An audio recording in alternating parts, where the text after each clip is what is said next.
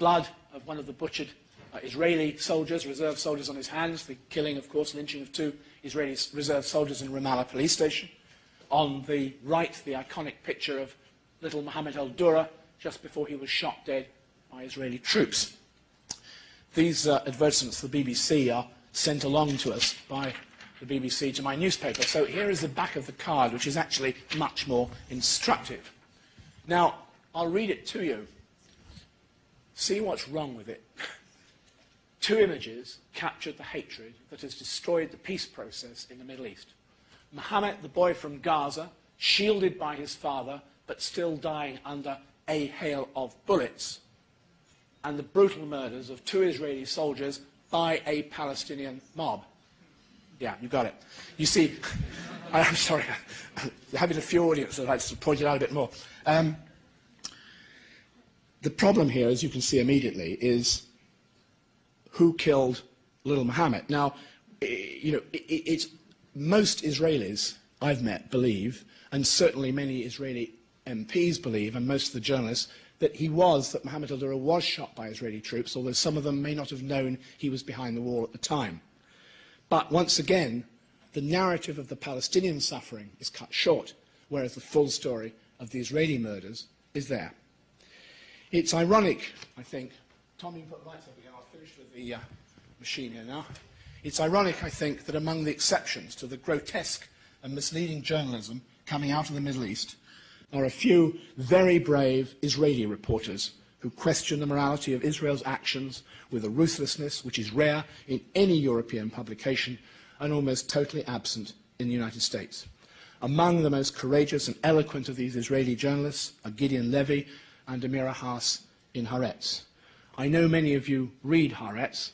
Those who don't, you should. Amira recently, she and I were talking about what journalism is meant to be about. I, of course, was waffling on in my Brit way. It's about writing the first page of history, the only, independent witness, etc., etc. And she said, no, Robert, you're wrong. She said, the definition of journalism is to monitor the centres of power. As good a definition as I've ever heard for our profession. But it raised an important question. How can Amira Haas say things that her American counterparts shy away from? Why can she say things which far better paid and supposedly more powerful American journalists cannot? At least not without the weasel words that I've been talking about, which immunize them from criticism, which they hope will do so. Needless to say, Haas not only puts us to shame, but Arab journalists as well. For out in the arid wastes of Arab journalism, there is as little interest in serious investigation of the Middle East conflict as there is in the United States. As I know to my cost. Excuse me. I've been abused as a liar by Damascus Radio in 1982 after describing at first hand Syria's bloody repression of thousands killed in Hama, February of '82. In Egypt, I've been called a black dog pecking at the corpse of Egypt. This in the Cairo press for saying that Egypt's elections are rigged. In President Mubarak's last presidential election, he got 98.8%. Not, of course, up to the standards of Saddam's 100%.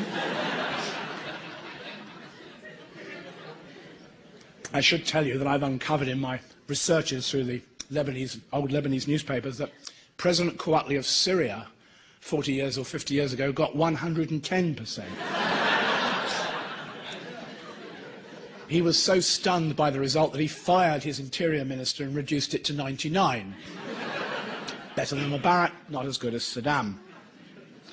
Anyway, I was a black dog pecking at the corpse of Egypt.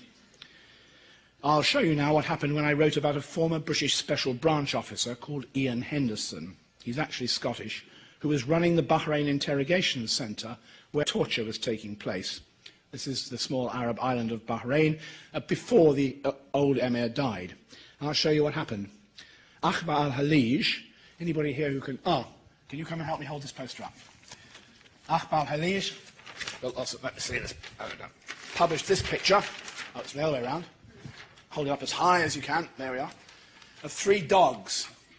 Black dog at the top is the BBC. Here's Bob. Look at this, all this cash we could possibly have if we wanted it. Down here is Christopher Walker of the Times. Not a totally inaccurate picture of him. one more to do. Just drop it on the ground, it's okay. I'll let you have a closer look at Bob. I love cartoons and newspapers. I always want to be a cartoonist. There you are, you see. I have to tell you that the nightmare dentures are pretty accurate. But the problem is this. This dog is meant to be rabid. And rabid dogs have to be exterminated, which is why I don't believe for a moment that this cartoon was a joke. It was a threat. Thank you. Just drop it on the ground, please. Thanks. In all the Middle East, however, I think nothing quite surpasses our journalistic desire to humour Turkey by obfuscating the reality of the 20th century's first genocide, the deliberate killing of 1.5 million Christian Armenians, most of them slaughtered in 1915 by the Ottoman Turkish authorities. No serious academic, except those holding chairs chairs funded by Turkey, disputes the fact, and anyone who doubts them should read the recently published and excellent Encyclopedia of Genocide by Israel's foremost Holocaust scholar, Israel Chani. Indeed, my own paper, The Independent, now refers to the Armenian Holocaust with a capital H, just as it does to the Jewish Holocaust, of course. Winston Churchill actually called the Armenian suffering a Holocaust in the 1920s. This is what Hitler remembered when he turned to his generals and said, "Who now remembers the Armenians?" It's a very important historical fact. Much of Israel Chani's horrifying documentation comes from 1915 editions of the New York Times. It was then a great scoop for the New York Times, though of course a terrible one to read and see the pictures of. Recently, however, these appalling and bloody events have been almost universally referred to by journalists as disputed. My favourite word it's becoming, like the disputed West Bank and Gaza. And most extraordinary of all, the New York Times, the paper which 86 years ago did more to publicise these massacres than any other paper in the United States, has done its bit to discredit the tragedy. In April of 1998, for example, the New York Times' Stephen Kinzer wrote a report about the 70,000 Armenians who live in present-day Turkey. Here is a key paragraph from his report. I will try to resist sticking my hand up when I come to the bits that are very odd. Relations between Turks and Armenians were good during much of the Ottoman period, but they were deeply scarred by massacres of Armenians by that pro-Ottoman forces in eastern Anatolia carried out in the spring of 1915. Details of what happened then are still hotly debated. Remember the hotly debated, it's one of our favourite phrases. But it is clear, I'm quoting, it is clear that vast numbers of Armenians were killed or left to die during forced marches in a burst of what is now called ethnic cleansing. Just like that. I still read this paragraph with a sense of shock. What did Kinzer mean by deeply scarred? Relations between Turks and Armenians came to a virtual end in 1915 because tens of thousands of Armenians were no longer alive to have relations with. And note the intriguing phrase pro-Ottoman forces, a weasel word that effectively avoids the use of the words Turks or Turkish. Most incredible of all is Kinzer's assertion that the details are hotly debated.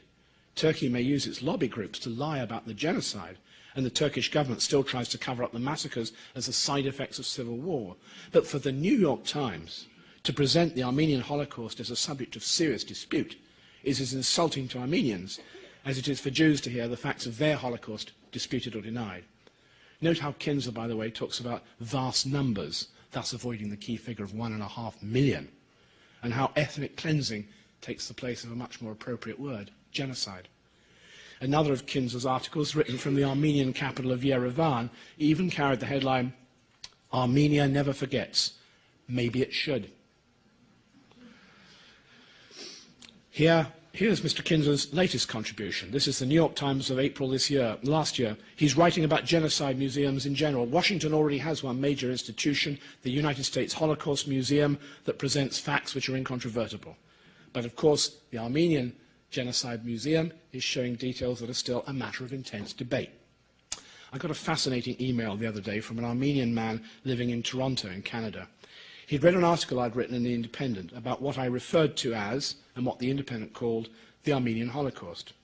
He was a little bit upset, he said, because in the Toronto Globe and Mail, which had syndicated the same article, it did not use the words Armenian Holocaust, which had been edited out. As he said in his letter to the editor of the Toronto Globe and Mail, Mr. Fisk referred to Holocaust, while your version calls it the mass murder of the Armenians. They changed the words. So, of course, I called up London immediately to our syndication department, because everybody who takes syndication from our newspaper signs an undertaking not to change the bloody words. Well, they came back to me later and said, "We've got them, Bob." They changed the words, but they didn't even ask to buy the article. They stole it. Fortunately, we have financial penalties for people who steal our articles, so we turned $1, but I wish it hadn't been done. You know, when you look at all this, I ask the same questions as I do about the coverage of the 1982 Sabra and Shatila massacre. Why do we journalists try so hard to avoid the truth, to extenuate, to dissimulate, to cover up? Is it because Turkey is an important political and military ally of the United States? Because it's a valuable purchaser of American weaponry? Is it because Turkey is an ally of Israel? Or because it has a powerful lobby group in Washington? Let's go back to the Arabs and indeed the Muslims in general. I want to give you some small examples now about how Muslim anger comes about. I'm going to take you back to 1993, because that was the year in which I made a 3-part documentary film for the Discovery Channel in America and for Channel 4 television in Britain, called Beirut to Bosnia. It attempted to find out why an increasing number of Muslims had come to hate the West. It was an attempt to alert people that something was coming. In fact, the subtitle was Beirut to Bosnia, How Muslims Are Coming to Hate the West. I'll tell you, the New York Times mocked the title, finding it totally irrelevant. Now, I'm going to start by showing you a clip of film which we made in Bosnia, in which you will see life in Sarajevo, and also particularly you will see Bosnian Muslim refugees being thrown from their homes. The issue here, of course, is that, well, you won't see the refugees thrown from their homes, you'll see the refugees absent. The issue here, of course, is about what happens to a population when they are thrown out of their own homes. I'd like to show you the film now. If we can go ahead. Tom, we're ready to roll.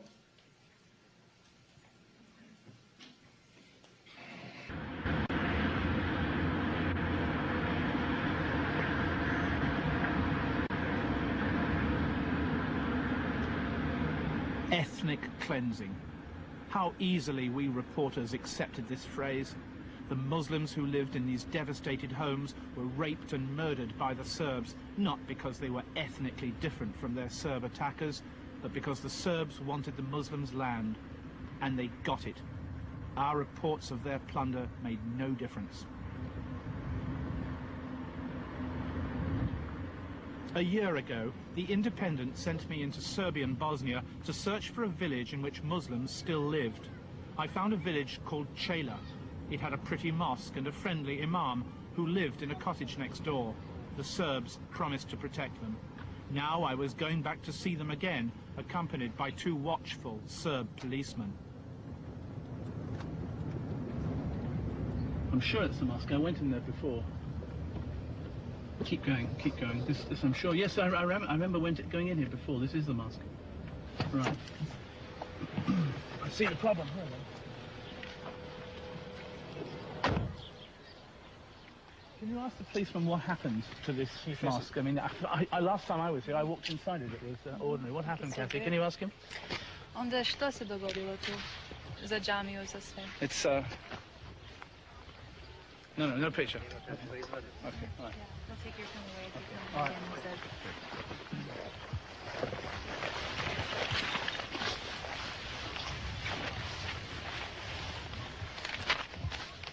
Part of a school book. I knew what had happened. How long would these Muslims put up with this sort of violence? How can I forget the place where I work, the Middle East? When Muslims there hit out at the West, we say we don't understand them. Mindless terrorism is the phrase we like to use about them.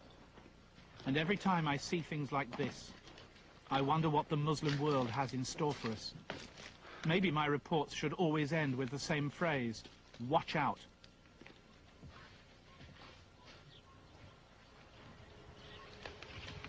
Well, no more mosque.